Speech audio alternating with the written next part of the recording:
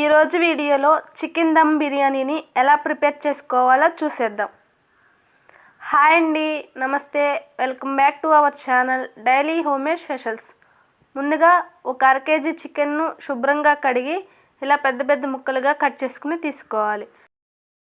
ఇందులో 1 table spoon ధనియాల పొడి, 1/2 table spoon biryani masala powder, అలాగే 1 టేబుల్ స్పూన్ కారం, టేస్ట్కి తగినంత సాల్ట్, అలాగే చిటికెడు పసుపు, 1 టేబుల్ స్పూన్ అల్లం వెల్లుల్లి పేస్ట్ని వేసుకోవాలి. ఫ్రెష్గా ఉంటే టేస్ట్ బాగుంటుంది. అలాగే కొద్దిగా నిమ్మరసం, ఒక పావు కప్పు వరకు పుదీనా ఆకులను వేసుకోవాలి. పైన 1 టేబుల్ స్పూన్ ఆయిల్ని వేసి మొత్తం బాగా కలిసే విధంగా కలుపుకోవాలి. ఇలా కలుపుకున్న చికెన్ను 2 గంటల పాటు నానబెట్టుకోవాలి. ఇలా నానబెట్టుకోవడం వల్ల బిర్యానీ టేస్ట్ బాగుంటుంది. అలాగే స్టవ్ ఆన్ చేసి ప్యాన్ పెట్టుకుని 1 టేబుల్ స్పూన్ ఆయిల్ని వేసుకోవాలి. బాగా వేడయ్యాక ఒక మీడియం సైజు ఉల్లిపాయని చిన్న చిన్న ముక్కలుగా కట్ చేసుకుని వేసుకోవాలి. వీటిని లో టు మీడియం ఫ్లేమ్లో గోల్డెన్ బ్రౌన్ కలర్ వచ్చేంత వరకు వేయించుకోవాలి. ఇలా వచ్చాక వీటన్నిటిని ఒక ప్లేట్లోకి తీసుకుంటే సరిపోతుంది. ఇప్పుడు బిర్యానీ కోసం బాస్మతి రైస్ను నానబెట్టుకోవాలి. బిర్యానీని ప్రిపేర్ చేయడానికి ఒక అరగంట ముందు వీటిని నానబెట్టుకుంటే సరిపోతుంది. ఇక్కడ నేను 2 గ్లాసుల బాస్మతి రైస్ను తీసుకున్నాను. వీటిని శుభ్రంగా కడిగి కొద్దిగా వాటర్ పోసి ఒక అరగంట పాటు నాననివ్వాలి. బాస్మతి రైస్ అరగంట నానిన తర్వాత వీటిని దమ్ చేసుకోవడానికి ఉడికించుకోవాలి. అందుకోసం ఒక గిన్నెలోకి 3.5 గ్లాసుల వరకు వాటర్ను తీసుకోవాలి. వీటిని అరగంట పాటు నానబెట్టుకున్నాం కాబట్టి 3.5 గ్లాసుల వాటర్ సరిపోతుంది. అలాగే ఇందులో 2 యాలకులు, 3 లవంగాలు, చిన్న దాల్చిన చెక్క, జాజికాయి, జాపత్రి, 2 బిర్యానీ ఆకులు, ఒక అనాస పువ్వు, అలాగే సాజీరా, టేస్ట్కి తగినంత సాల్ట్ వేసి మూత పెట్టుకుని బాగా మరిగించుకోవాలి. ఇలా మరుగుతూ ఉన్నప్పుడు 1 టీ స్పూన్ ఆయిల్ని కానీ నెయ్యిని కానీ వేసుకోవాలి. ఇలా వేసుకోవడం వల్ల బాస్మతి రైస్ విరిగిపోకుండా పొడి పొడిగా వస్తుంది. ఇలా బాస్మతి రైస్ మొత్తాన్ని వేసుకుని ఒక 90% వరకు ఉడికించుకోవాలి. తర్వాత స్టవ్ ఆన్ చేసి మందపాటి గిన్నెని పెట్టుకుని 3 టేబుల్ స్పూన్ల నెయ్యిని వేసుకోవాలి. దీని ప్లేస్లో ఆయిల్ను కూడా వేసుకోవచ్చు.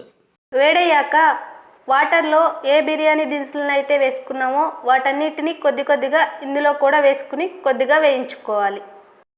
ఇవి కొంచెం వేగాక సన్నగా కట్ చేసిన ఉల్లిపాయ ముక్కలు, అలాగే సన్నగా కట్ చేసిన పచ్చిమిర్చి ముక్కలను వేసి కొంచెం సేపు వేయించుకోవాలి.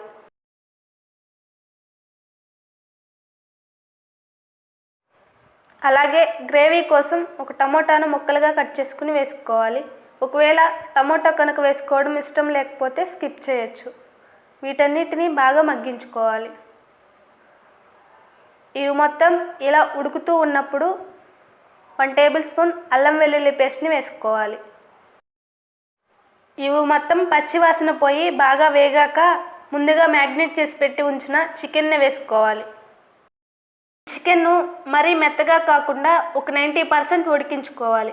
ఇలా ఉడికించుకోవడం వల్ల ముక్క అనేది విరిగిపోకుండా పొడి పొడిగా ఉంటుంది. చికెన్ను ఎక్కువసేపు మ్యాగ్నేట్ చేసి ఉంచుకోవటం వల్ల బిర్యానీ టేస్ట్ అనేది బాగుంటుంది. ఇలా వాటర్ మొత్తం సపరేట్ అయ్యి ఉడుకుతూ ఉన్నప్పుడు గ్రేవీ కోసం అలాగే టేస్ట్ కోసం 2 టేబుల్ స్పూన్ పెరుగును తీసుకుని అందులో 1/2 టేబుల్ స్పూన్ బిర్యానీ మసాలా, అలాగే కొద్దిగా కారంను వేసి మొత్తం కలుపుకోవాలి. ఇలా కలుపుకున్న దానిని ఉడుకుతున్న చికెన్లో వేసుకుని 2 నిమిషాల పాటు ఉడికించుకోవాలి. ఇలా పెరుగును వేసుకోవడం వల్ల బిర్యానీలోకి సపరేట్గా కర్రీని చేసుకోవాల్సిన అవసరం ఉండదు. అలాగే ఒక అరకప్పు వరకు కొత్తిమీర, పుదీనాను వేసుకుని 2 నిమిషాల పాటు మగ్గించుకోవాలి. ఇలా బాగా ఉడికాక చివరిగా ఫ్రై చేసి ఉంచిన బ్రౌన్ ఆనియన్స్ను వేసుకోవాలి. తర్వాత దమ్ చేసుకోవడానికి 90% ఉడికిన బాస్మతి రైస్ను వాటర్ మొత్తం వంపేసి తీసుకోవాలి. ఉడికించిన బియ్యాన్ని విరిచినప్పుడు మెత్తగా కాకుండా కొంచెం పలుకుగా ఉంటే సరిపోతుంది.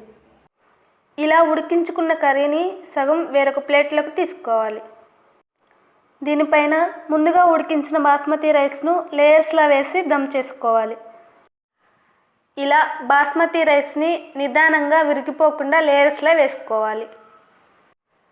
ఇలా రైస్ని ఈవెన్గా స్ప్రెడ్ చేసిన తర్వాత పైన కొద్దిగా బ్రౌన్ ఆనియన్స్, అలాగే సన్నగా కట్ చేసి పెట్టుకున్న కొత్తిమీర, పుదీనాను వేసుకోవాలి. ఇలా మీకు ఎన్ని లేయర్స్ కావాలంటే అన్ని లేయర్స్గా వేసుకోవచ్చు. ఇలా మొత్తం వేశాక పైన కొద్దిగా నెయ్యిని వేసి ఒక 15 నిమిషాల పాటు ఉడికించుకోవాలి.